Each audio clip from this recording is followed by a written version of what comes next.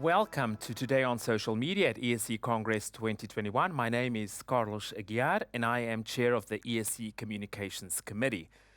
I'm happy to have with us today Professor Carolyn Lam from Singapore, Professor Victoria Delgado from the Netherlands, and Professor Mamas from the UK for the discussion on what's attracting most attention, both on our research gateway at the ESC Congress platform and also on social media. For this, let's start with Carolyn. What's your pick? Well, first of all, I have to say ResearchGate is so easy and intuitive to use. Everybody should use it. It's convenient. You get to hear the abstracts by your favorite speakers. And my pick is one of the abstracts that was most viewed and most highly rated. And it's about SGLT1 and 2 inhibition and the benefits on heart failure, ischemic, and kidney endpoints. It was presented by Dr. Deepak Bhatt.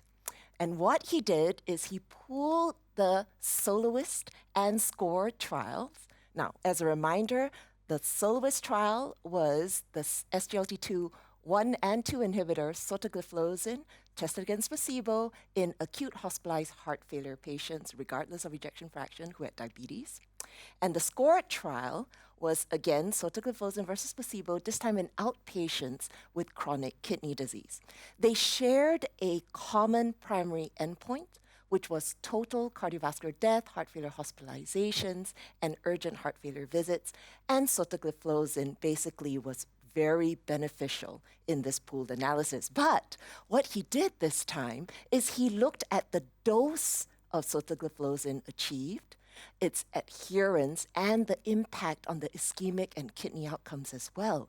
Very interestingly, a big majority, 73% of patients, reached the target sotagliflozin 400 milligram dose, and discontinuation rates were same as placebo, so it was very well tolerated.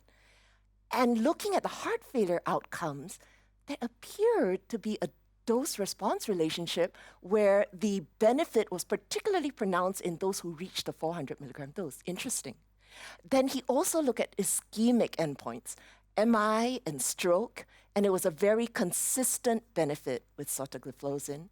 Even cardiovascular death and all-cause mortality and kidney outcomes, there was a very consistent benefit in this pooled analysis, accounting for adherence, accounting for the exposure time to sotagliflozin. So very, very lovely abstract. Lots so of interesting data still to come on this Congress on SGLT2 inhibition and also on heart failure. So stay tuned for this afternoon's guidelines and also the sessions on the hotlines. Yes. Victoria, what were your pick? So we are still in the COVID-19 year. We have more than 1.5 years now, and the data have been accumulating. And the research gateway, there are 183 abstracts where everybody can check and see which are the new data coming out of that. My pick was on the COVID-19 abstract, and the most viewed and best rated was the HEP-COVID trial presented by Dr. Spiropoulos from New York.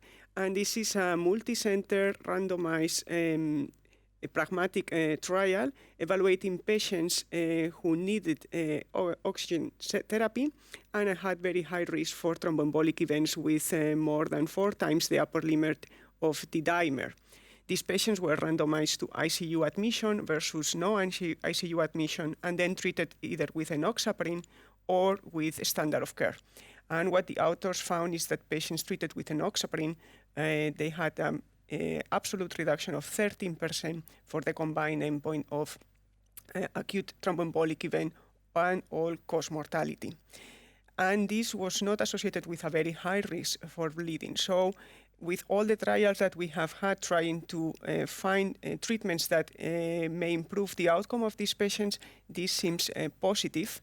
And I'm looking forward to go back to ResearchGate and see other abstracts as well to learn which are the news. Thank you, Victoria. Great choice, and lots more on COVID-19 certainly in this program. Mamas, what was your choice regarding social media? Well, social media has been absolutely buzzing, which is unsurprising given that the ESC is the largest cardiovascular meeting in the world. I mean, the activity's been going on for the past week, 2 weeks. Lots of discussions about what the trials will show, how the guidelines will change, what the late-breaking science will reveal. There's 15 channels, and there's been huge amounts of activity, even within the first couple of hours, around COVID-19, the effect of cardiovascular disease, the wider impact on the workforce and on planning for cardiovascular disease, and also the implementation of vaccination. We've seen a huge amount of discussion around guidelines and what they will show, a huge amount of excitement. And finally, more personal aspects around what ESC has meant for people, how they have interacted, and the opportunity for globalization and networks. That's great. And I also have a choice for you. So my choice was on Covert MI. This is a trial that's been run by a group of French cardiologists from 10 centers. Covert MI was looking at the effect of colchicine on the infarct size in patients who have suffered acute myocardial infarction with ST elevation and who underwent acute reperfusion using primary PCI. They've done this on the basis of the acute inflammatory response that occurs immediately after a reperfusion and that peaks in intensity around about 48 to 72 hours after reperfusion.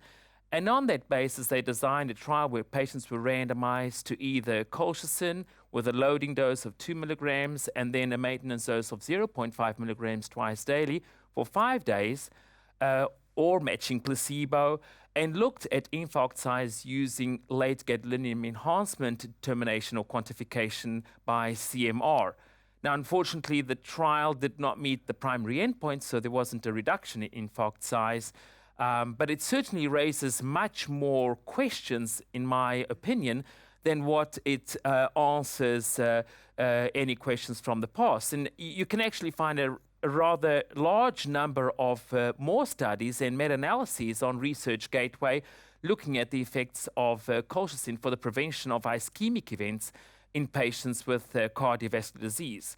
So also stay tuned for that. I think we might hear something about that from the cardiovascular prevention guidelines as well. So again, also stay tuned for those on Monday.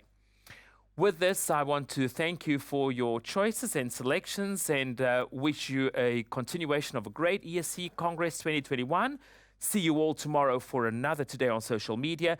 And many thanks to our great team of 56 social media ambassadors out there from several fields in several countries, helping the ESC to cover all that is covered by the ESC Congress. Thank you.